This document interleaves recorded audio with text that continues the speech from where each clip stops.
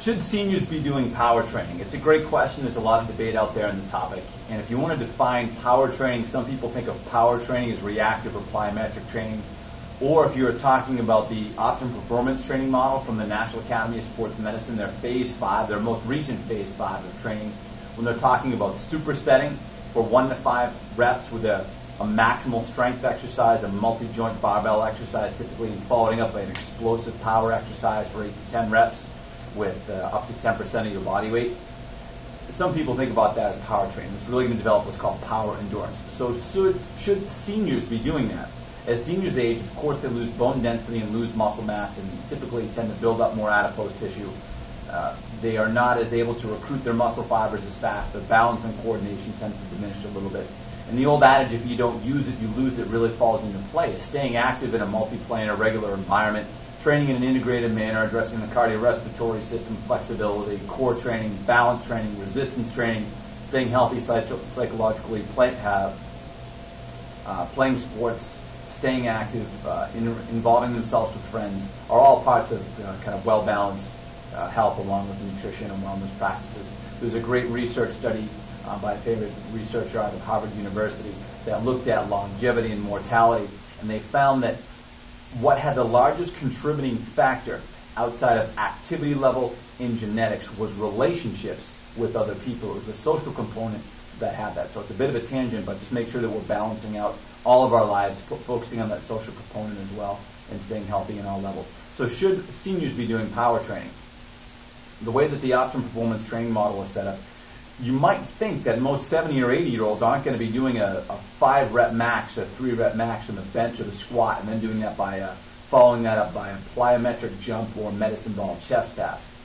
But if we don't teach people to recruit their muscle fibers in a quick manner, if we don't teach them to react to external stimulus, they're not going to have the ability to do that when the time comes, when they trip or stumble or fall. So some ways to think about that is, of course, we try to minimize muscular imbalances, develop stability and strength endurance, work on movement patterns first, but then you absolutely can build to power training with seniors. Now, I might not have them doing a 5-rep max in a barbell bench, but I could have them sitting in a machine chest press. A machine, yes, a machine chest press. Do 5 to 8, 5 to 10 reps of a moderate weight that they can control, and then stand up and play catch. Now, I'm not talking about taking a 20-pound medicine ball and trying to put a hole in the person, but what about taking an inflated stability ball and just gently tossing back and forth? Or for a basketball, it could be just movements back and forth like this, so they could get a little bit more rapid with their movements.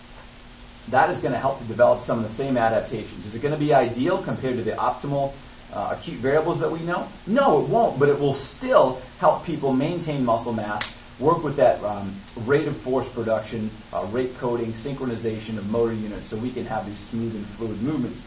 Because it's not the fall that kills you, it's the landing. And the best way to keep yourself landing correctly is to move quickly to get in the position to do so. When someone trips and stumbles, it's the quick, powerful reaction to get into place to land on that leg to hold us. So should seniors be doing power training?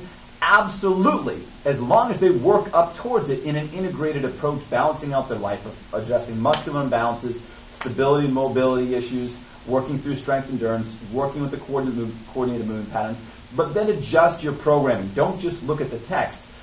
But it's kind of a fun way to train. You know, you're playing, you're moving around, you're using a speed ladder. You can absolutely do speed ladder or agility ladders. You know, we're not talking about quick explosive movements, but what about just having someone moving on a pattern going in, out, in, out, out? What about just doing a side shuffle? Step, step, step, step, step, step.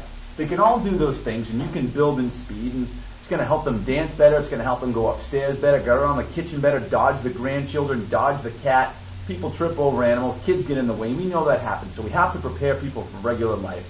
So power training is a yes. It always comes down to the individual, of course. If they've got a joint replacement or a frozen shoulder, then I'm not going to be firing a medicine ball at them, but you can find ways to adjust that modality of training to develop some fun and definite benefits for that population. And as we know, that population is steadily growing, so we have to find some ways to adjust our programming to be ready for that. Just make sure you invest the proper base to build up towards that and have some fun with power training. Feel free to be creative.